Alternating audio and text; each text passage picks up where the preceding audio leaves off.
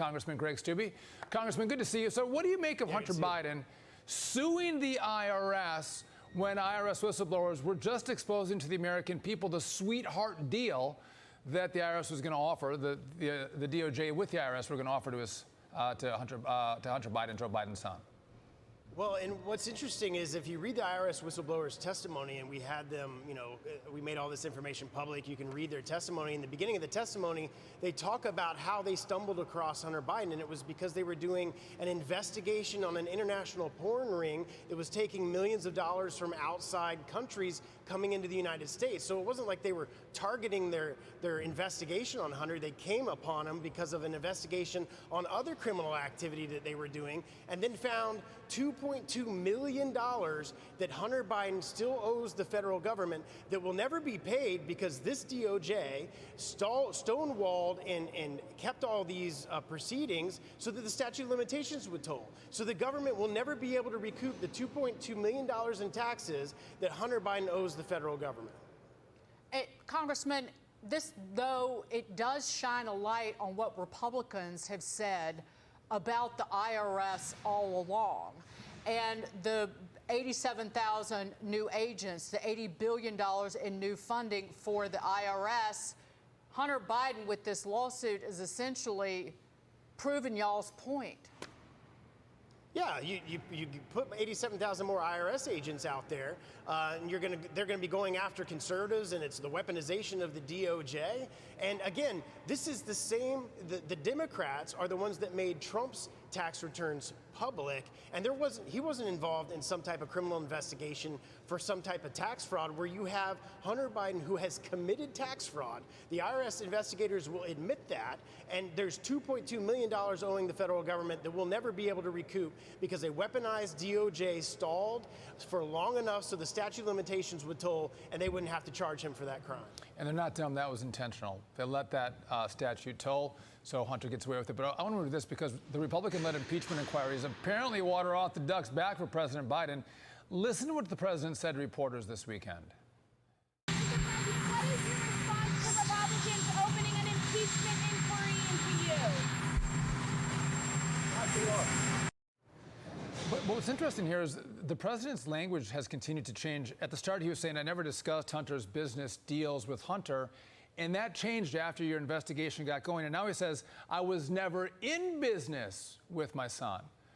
What do you make of this? Well, yeah, it's like how the Democratic talking points have changed. First, Hunter Biden's laptop was Russian disinformation, and then you have 51 intelligence officials who said it's Russian disinformation, and now the Democratic talking point is there's not direct evidence of Joe Biden taking bribes, and Hunter's a troubled kid that his dad obviously loves. When you commit bribery, it's USC 201, 18 USC 201. If my wife got $30 million or my son got $30 million for a vote that I took on Ukraine or whatever it is, that's still me using my official position to enhance and enrich my family. It doesn't matter that the money didn't go specifically to Biden himself, and we're doing subpoenas on that information. I don't think I would be surprised to see Hunter Biden's financial records that prove that some of that money went to the big guy. Congressman, do you think that, well, if and when the impeachment inquiry is actually put to a full vote of the House, does that happen in the way that Nancy Pelosi did it back in 2019? No, we're going to do it in a judicious way, the way that the Constitution prescribes. We're not going to rush into it. We haven't. We've been investigating. The inquiry is going to go on. James Comer and the Oversight Committee is going to continue to investigate. Ways and Means is going to continue to investigate on the IRS side. Once these subpoenas come back with this information, we'll put this information before the memberships. Then the Judiciary Committee under the Constitution has the ability to move forward with the proceedings, which I hope that Jim Jordan will do that once we have all the evidence, which I think we have plenty of evidence now. But I think when we get more evidence, that'll bring enough of the members of the conference together and say, crimes have been committed. We can't stand back as a member of the House of Representatives and allow a vice president, then now a president, to allow themselves to be able to commit these crimes and get away with it. The only tool we have is the impeachment tool. Yeah, Congressman, let's now go to funding the government. So miraculously, there was a deal cut between the Freedom Caucus, the conservatives, I think it was the Tuesday Group or Main Street, the more moderate members of the House. They cut a deal basically reducing spending and some language on the border. But it seems like other members of Congress aren't going to vote for this. What's the latest? Is our House Republicans going to have enough votes to pass a bill and put the ball in the Senate's court, or are House Republicans going to stumble and look for Democrats to support a much watered-down piece of legislation? Yeah, I don't see the votes in the House right now. There's been, I don't know, like 5 to 10 members of our conference that have said that they're a no. Because there's cuts in spending, I don't think that any of the Democrats are going to vote for this. And you can't lose more than 3 or 4 members on the Republican side.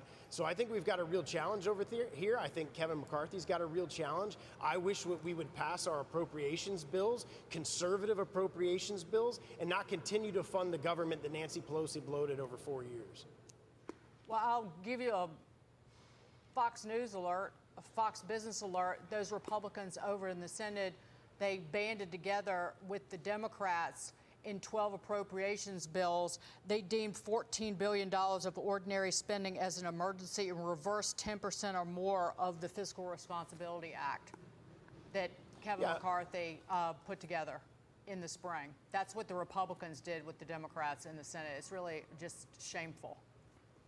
Yeah, and this is the same Senate that also a bunch of Republicans passed an omnibus when we Republicans were taking over the House in December and had the ability to rein in some of this spending. Yeah, we're not sure you're on the same team with those Senate Republicans. And just by the way, I would say cut the IRS, cut the DOJ, cut the FBI, stick on those, and I think you guys would be good. Greg Stubbe, always a pleasure having you. Thanks for joining us. Yeah, good to see you guys. Fight on.